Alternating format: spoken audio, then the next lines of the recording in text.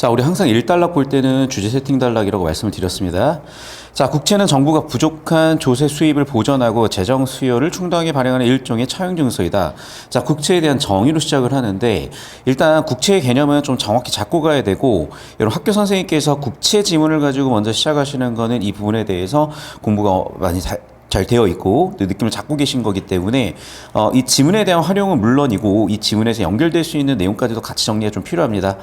자, 여기서 좀 모르는 단어들이 나오면 좀 문제가 되거든요. 그래서 조세라는 건 뭐 세금 이런 거 아실 거고, 재정, 뭐 정부가 어쨌든 돈을 지출하거나 할 때 필요한 돈 같은 걸 재정이라고 하겠죠. 자, 그러면 정부도 자, 뭐 세금을 걷었는데 세금 충분히 못 걷었어. 근데 쓸 돈들이 있어. 그럼 어쨌든 빚을 내야 되지 않겠어요? 그래서 국채라는 건 뭐다? 한마디로 주체인 정부가 뭘 하는 거다? 빚을 낸 거예요. 됐니? 자, 그래서 국채라는 건 즉 빚증서입니다. 자, 그러면 당연히 빚을 발행을 했으니까 뭐가 나오겠어? 세 가지가 나오는 거죠. 첫 번째, 대출의 원금, 빚의 원금. 두 번째는 그냥 빌려주진 않잖아. 이자가 있을 거예요. 그걸 이자율 또는 동의어로 금리라고 합니다. 자, 세 번째는 언제까지 빌려줄 거냐? 만기가 있습니다. 자, 그래서 이 세 가지가 채권의 3요소라고 할 수 있겠고, 당연히 세 가지는 언제 정해져야 되냐면 발행 시에 정해집니다. 그래서 발행 시에 그 문서 위에 써지거든요. 발행 시에 결정이 되고, 얘를 이름이 뭐라고 하냐? 그래서 액면이란 말을 붙여요. 그래서 액면 이자율, 액면 금리 뭐 이런 말들이 붙습니다. 자, 다시 돌아와서 자, 그럼 이 내용들이 있는데, 자, 그 국채 중에서도 국고채라는 게 있나 봐요. 매우 중요한 수단이고 채권 시대를 대표하는 상품이다. 그러니까 즉 이제 이 중에 또는 대표한다 그랬으니까 국고채를 주제로 좁힌 거야. 국채 중에서 국고채요. 그래 주제는 그럼 국고채가 되는 거 있는 거야. 그러니까 필기 되셨죠? 잘 따라오시고 필기하면서 따라오세요. 자, 만기의 원금과 약속한 이자를 지급하는 국고채는 제가 아까 설명했던 내용들이 나오는데 이거는 배경 지식이라서 그냥 우리가 알고 있는 상태에서 넘어가야 되겠고, 당연한 얘기지만 모든 정부의 행동들은 법치주의니까 법률에 근거해서 시행이 돼야 되겠죠. 그래서 근거 법률과 시행까지. 자, 발행 주체인 정부는 이자 비용을 줄이기에 낮은 금리를 선호를 한다. 그렇죠. 당연히 이자 덜 줄수록 좋으니까. 그래서 낮은 금리를 선호하고, 반대로 투자자들은 돈을 벌어야 되니까 높은 금리를 선호할 수밖에 없겠죠. 자, 국고채의 금리는 경쟁 입찰을 통해서 결정이 된다. 자, 그러면 금리가 어떻게 결정되는 중요하겠는데, 경쟁 입찰이 원인, 결과적으로 낮은 금리냐 높은 금리냐 금리 결정. 자, 그러면 이제 국고채에서도 중요한 건 뭐야? 금리를 어떻게 결정할 것이냐. 경쟁 입찰로 결정할 것인데, 크게 복수금리 결정 방식과 단일금리 결정 방식 두 가지로 나오겠다. 여기까지입니다. 여기까지 되셨습니까? 자, 여러분 우리가 여기까지 한번 구조도를 좀 그려보는 거 좋을 것 같고, 바로 왼쪽에다가 저는 그려볼 텐데 여러분 좀 여백에다가 크게 좀 그린 다음에 필기한 다음에 교정해 주셔도 좋을 것 같아요. 한번 구조도 1단락 써보시죠. 다 쓴 사람은 제 거 보고 옆에다가 써가지고 비교해서 교정할 거 교정하시면 될 것 같아. 이로 정리를 끝냈죠. 국채라는 게 뭐냐? 자, 아까 정의가 끝났고 국고채 금리 결정을 하는데 경쟁 입찰 방식이 있고 그게 두 가지의 방식이 있더라. 그래서 복수금리 결정 방식과 단일금리 결정 방식이 있더라까지 정리가 됐으면 됐겠죠. 자, 그래서 쭉 봤더니 자, 투자자 A부터 F까지 해가지고요. 이렇게 두 가지가 있는데, 일단은 F는 아예 민낙찰된 상황이네요. 그 다음에 복수금리와 단일금리는 모두 0.05고 지금 복수금리는 낙찰이 다들 됐는데 보니까요, 아마 이랬던 것 같아. 뭔가 단일금리 이하로 한 애들은 다 낙찰이 된 것 같죠. 그리고 보니까 이거네. 그러면 결국에는 아마 낙찰된 애들 기준으로 제일 높은 애들이 단일금리로 들어가는 것 같고, 미낙찰된 애들은 뭐 그 이상을 써낸 애들인 것 같거든요. 그러니까 정부 입장에서는 낮은 금리를 선호하니까 금리가 낮은 순서대로 들어가서 아마 F까지 들어간 거 아닐까 싶은데, 자, 이 표가 나오면 무조건 해석을 시킬 거거든. 이 단락에서 표 해석 원리가 나오겠습니다. 이 단락 봅시다. 그래서 첫 번째 방법 항상 얘기했죠. 이렇게 1단락 끝에서 주요 세팅 흐름이 있다고. 복수금리 결정 방식이 있는데, 각각의 투자자가 금리와 금액을 제시하면 최저금리를 제시한 투자자부터 순차적으로 낙찰자를 정하는 거. 그렇죠. 최저금리는 지금 뭐가 되겠어? 4.99겠죠. 그럼 1, 2, 3, 4, 5등까지죠. 자, 그 얘기인 거죠. 낙찰된 금리 합계가 발행 예정액에 도달할 때까지. 그럼 예를 들면 지금 200, 800억, 그렇죠. 800억 기준으로, 즉 조건은 뭐야? 낙찰된 금액의 합계죠. 조건 첫 번째. 낙찰된 금의 합계가 발행일에 도달을 할 때까지 C2 낙찰자를 결정. 자, 그래서 얼마까지? 800억까지 해서 끊겠다는 거죠. 첫 번째 요건 800억까지, 두 번째 거기까지 끊어주겠다, 두 번째 요건을 제가 나름대로 이렇게 정리해봤습니다. 자, 이때 국고채의 금리는 각각 투자자가 제시한 금리로 결정이 되는데, 표와 같이 발행 예정액이 800억 원인 경쟁 입찰이 있다고 한다면은 가장 낮은 금리를 제시한 A부터 E까지 제시한 금리 합계가 800억이므로 이들이 순차적으로 낙찰자로 결정이 된대요. 이때 국고채의 금리는 A에게는 4.99, 5.00, 얘는 등등으로 달리 적용이 된다. 그러면 지금 단일금리가 아니라 복수금리 상황인 거죠. 복수금리 상황이기 때문에 결과적으로 얘도 어떻게 적용이 된다? 각기 다르게 적용이 된다요. 자, 이단락도 정리 한번 해볼게요. 이단락 주제는 뭡니까? 복수금리 결정 방식이죠. 요건 첫 번째는 뭐였다고요? 낙찰 금액의 합계요. 요건 두 번째는 뭐였다고요? 네, 낙찰 금액 합계가 기준에 도달할 때까지 결정이죠. 자, 그럼 결과는 어떻게 되죠, 이제? 그렇죠. 복수금리이기 때문에 금리가 각각 다르죠. 이렇게 4개 개념으로 정리해야 되겠습니다, 여러분. 자, 정리가 되고 계시죠? 필기하시면서 3단락. 자, 반면에 단일금리 방식, 제가 아까 설명했던 대로 단일금리 방식은 어디 손이? 1달러 끝에서 주제 세팅. 그래서 항상 얘기하지만 1달러 끝이 주제 세팅이 핫플레이스였다 꼭 잡아주셨어야 됐고, 자, 잡아지셨으면 이제 3달러로 갈 겁니다. 자, 각 투자자들이 제시한 금리를 최저부터 순차적으로 나열을 하겠대. 이들이 제시한 금액에 발행하는 예정액이 도달할 때까지 낙찰을 결정 시점에서는 같다, 즉 공통점이죠. 제가 봐도 같아서 그냥 넘어갔어요. 자, 중요한 건 공통점이 아니라 차이점. 대조겠죠. 그래서 어떻게 돼?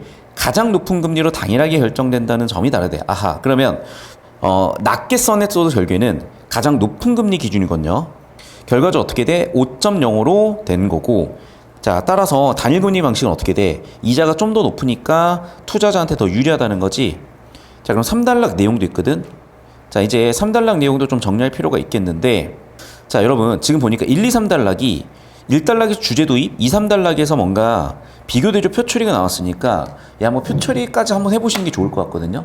그래서 지금까지 요약 정리한 걸 가지고 제가 옆에다 써드릴 테니까 여러분 2, 3단락을 표처리해서 비교대조 한번 해보시죠. 자, 그리고 금리 결정하는데 경쟁입찰 방식을 두 가지로 설명을 했고, 자, 일단은 2단락과 3단락에서 복수금리 결정과 단일금리 결정을 정했죠. 자, 그럼 요건이 3개가 나옵니다. 요건이 2개 나옵니다. 요건 2개 나오고 나서 결과 이해죠. 자, 낙찰 금액 합계까지는 똑같죠.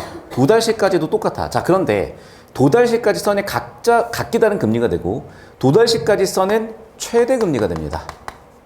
그럼 당연한 얘기지만 이자를 제일 많이 받잖아. 즉 이자를 많이 받기 때문에 당연히 투자자한테 유리하죠.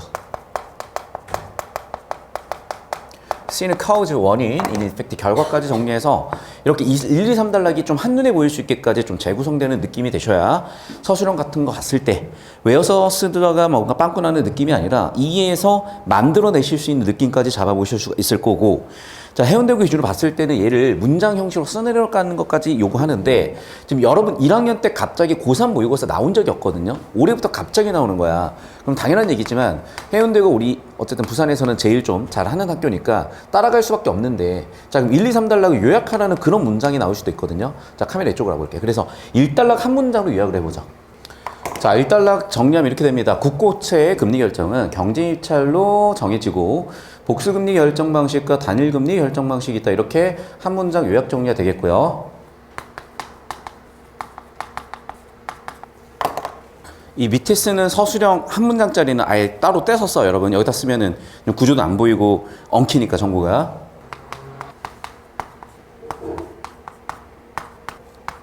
제가 왜 풀이 과정을 보여드리냐면 옛날에 킬러 문제들 문제 풀어나갈 때 막 한 문제 10분, 20분씩 풀었던 적이 있어요. 근데 그 10분, 20분을 한 번에 하려니까 안 되는 거야. 그거를 2분씩 쪼개서 5번 풀면 풀거든요. 얘도 똑같은 거야. 그래서 일단 지문을 털었죠. 그럼 지문에서 잡은 걸 바탕으로 우리가 재구성을 했죠. 그럼 이때는 단어 위주로 재구성이 되었으니까 마치 개요와 같은 역할을 해요. 자, 그러면 우리가 한 문장 형태로 쓸 때는 당연한 얘기지만 주어, 목적어, 서술어 같은 필수 성분이 들어와야 돼. 그러니까 주어, 금리 결정이 들어와야 돼요. 뭐 하는 거야? 금리 결정에 뭐가 있다? 방식이 있다죠. 자, 금리 결정 그러면 자, 첫 번째 어떤 요인에 의해서 경쟁 입찰로 결정이 되고, 경쟁 입찰 방식에는 두 가지가 있었잖아. 그래서 보시면 알겠지만 주어, 목적어, 서술어 같이 문장 구조 잡은 다음에 인과관계라든지 아니면 첫 번째, 두 번째 방식 같은 넘버링을 통해서, 즉 정보 간의 관계를 통해서 여기 써 있는 내용만 문장 형태로 재구성을 하는 거니까 좀만 연습해 보면 쉬운데, 이게 이 틀이 공식이 안 잡혀 있으면요 되게 쉬운 건데도 틀린단 말이야. 자, 두 번째는 복수금리 결정 방식이라고 2단락에 주제 단어를 써주시고, 첫 번째 원인은 뭐야? 낙찰금의 합계 도달까지 해야죠. 그 다음에 그때 어떻게 두 번째, 도달시까지 세 번째, 그 다음에 결과적으로 각기 다른 금리로 결정되는 거죠. 그래서 여기도 인과 오면 되겠고, 복수금리 결정 방식은 뭐하는 방식이다. 주어 서술어까지 구조까지 같이 오시면 되겠죠. 여기까지 되셨습니까? 자, 이런 형태로 한 문단까지 써볼 수 있겠고, 자, 3문단도 똑같이 쓸 수 있겠죠.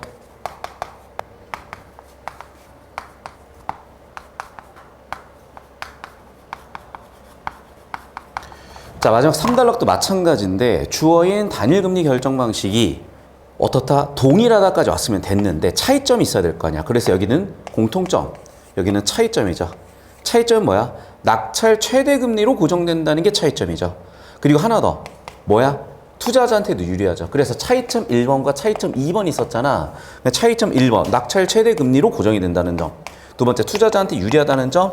두 가지로 정리가 되시면 되죠. 여기까지 필기해 주시고. 자, 이쪽으로 봅시다. 자, 이제 마지막 이제 4단락 정리하고 최종적으로 4단락 정리까지 같이 한번 해볼게요. 하지만 단일 금리 결정 방식은 정부 이자 부담을 가중시킬 수 있죠. 당연히 별로죠. 그래서 어떻게 차등 금리 결정 방식이라는 절충 변증법적인 방법이 있는 거지. 그래서 이 문제를 해결하기 위해서 차등금리 결정 방식인데, 차등금리 결정 방식은 뭐냐? 단일금리 결정 방식으로 똑같은데 가장 높은 금리를 기준으로 삼아 일정 간격으로 그룹한다. 즉 간격으로 그룹한다는 거죠. 그래서 그룹은 어떻게 돼? 이런 구체적인 방식이 있겠네. 그러니까 야, 최고로 하지 말고 최고로 딱 결정, 이게 아니라 두세 개를 묶는다는 거죠. 그러면 당연한 얘기지만 얘를 가지고 문제를 만들 것도 예상이 되잖아. 그래서 이걸 지문에 넣는 게 아니라 이렇게 보기에다 넣어가지고 아마 그룹할 수가 있단 말이에요. 그래서 보시면 알겠지만 그룹화하는 문제까지 설계되어 있다는 게 보이실 거고, 26번까지. 자, 마지막 이쪽으로 가보겠습니다. 자, 문제는 뭐야? 투자자한테 유리하다는 장점도 있지만 단점도 있겠죠. 자, 그래서 4단락 와가지고 이 문제, 즉 3단락 문제 한 개 해결을 위해서 어떻게 하겠다? 여기 기준을 잡아주세요. 차등금리 결정 방식이라는 게 생겼는데, 이 차등금리 결정 방식이라는 거는 역시 똑같습니다. C1, C2 다 동일인데, 이제 결과에서 각기 다른 금리인데 이 금리를 어떻게 해서 결정하겠다? 금리를 그룹화해서 하겠다. 그럼 결국에는 그룹화는 뭐가 있겠어요? 기준들이 있겠잖아. 그럼 여기서 출제 예측이죠. 아마 이 기준들을 출제하겠구나. 기준 가지고 적용하라는 문제를 출제하겠죠. 역시나 26번에 나와 있고요. 자, 그럼 여러분 이제 최종적으로 그렇죠. 이제 4단락까지 한번 한 문장 요약을 해보실 필요가 있겠어. 자, 그래서 필기하시고 여러분 스스로 4단락 한 문장 써보신 다음에 제가 정리해드린 내용 바탕으로 한번 봐주시면 되겠습니다. 자, 역시 마지막 정리해 볼게요. 주제, 주어, 차등금리 결정 방식이죠. 자, 공통점은 뭐야? 앞에 두 방법이죠. 차이점은 뭐야? 금리를 그룹화하는 거죠. 금리를 그룹화하는 이유는 뭐야? 정부 부담을 줄인다죠. 이런 식으로 메타데이터를 붙여보실 수가 있으면요. 이렇게 우리가 자유자재로 정보를 뭐 서술형이든 문장 형식이든 단답형이든 객관식이든 다 처리가 돼. 그러니까 이 연습이 되게 필요했던 거고, 이제 수업 때 한번 들었잖아요. 좀 근데 아리송 했다면 제가 이거를 두세 개 나눠 드릴 거니까 손으로 복습 필기를 하시는 거야. 그러면 수업 때 배웠던 내용이 복습 필기가 되면서 자연스럽게 이게 있거든요. 그래서 한 3번 정도 반복하시면 여러분 학교에서 독서에서는 거의 1등급은 당연하고 아마 전교권까지 들 수 있는 레벨까지 올라갈 거고, 마찬가지 방식으로 문학에 대한 복습, 그 다음에 문법에 대한 복습도 해주실 건데, 올해도 아마 변별력을 어디서 내실지가 저도 궁금해요. 지금 아마 서술형 아닐까라고 조심스럽게 예측을 해보고, 그렇다면 독서 서술형에서 변별이 커질 수 있죠. 왜냐면 독서 서술형을 내신 선생님들 중에 건드릴 수 있는 선생님이 많지가 않아. 그러니까 이분을 제가 자꾸 비판하는 게 아니라 능력 차이인데, 제가 초등학교 수업하라 그러면 진짜 저는 못할 것 같아요. 그러니까 능력이 안 되는 거야. 뭐 나한테 예를 들면 뭐 노래를 뭐 아이돌처럼 불러라, 안 될 것 같아요. 얼굴이 차은우가 되라, 당연히 불가능하죠. 그런 건 능력 부족, 역량 부족이야. 근데 차은우가 나보다 국어 수업을 잘할 수는 없는 거잖아. 인정할 건 인정해야지. 똑같아. 그럼 그런 측면에 봤을 때 독서에 있어서만큼은 여러분이 전국 그 누구와도 비교를 하더라도 이만한 도움을 많이 못 받으실 거기 때문에 그냥 이 방법 그대로 따라오시면 여러분한테 최고의 선택이 될 겁니다. 자, 정리가 되셨으면 이제 이쪽으로 와서 문제 같이 풀어보도록 할게요. 자, 23번 문제 풀겠습니다. 선생님, 그리고 이 영상 바로 인코딩해서 바로 올립시다. 얘를 메인으로. 자, 23번 문제 볼게요. 일정한 기준에 따라서 경쟁 입찰 방식을 구분하고 있다. 정확하게 주제정답 끝이죠. 자, 일정한 기준이 뭐였을까? 세 가지 기준이 있었잖아. 첫 번째는 뭐야? 각기 다른 금리. 두 번째는 뭐야? 최고 금리. 세 번째는 뭐야? 그룹화. 즉, 금리를 결정하는 금리 기준에 따라서 이게 원인이죠. 경쟁 입찰 방식이 바뀌고 있죠. 결과죠. 정답 1번 끝이겠습니다. 됐습니까? 여기까지? 이게 주제 그 자체니까 너무 쉽게 보였고, 뭐 내신 대비니까 2, 3, 4, 5도 분석을 해보자. 자, 국가 간 비교는 없죠. 뭐야? 방식 간의 비교죠. 2번 선지. 전문가의 견해를 인용하여 경쟁 입찰 방식을 설명하고 있다. 견해 인용 없죠. 통념 반박 없습니다.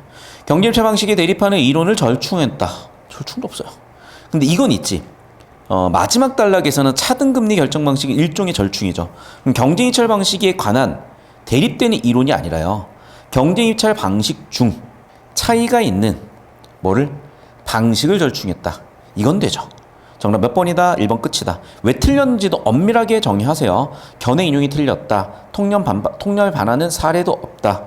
국가 간 비교가 아니라 방식의 비교다. 경쟁일차 방식에 대한 대립된 이론이 아니라 경쟁일차 방식 중 차이가 있는 방식을 절충했다는 되겠다. 여기까지 이해되셨습니까? 자, 필기 끝나셨으면 24번도 갈 거야. 자, 여러분, 틀린 게 왜 틀렸는지도 내신 대비니까 명확하게 분석을 해봅시다. 국고채는 정부가 발행한 자금을 마련하기 위해 관련 법률에 따라 발행하는 국채이다.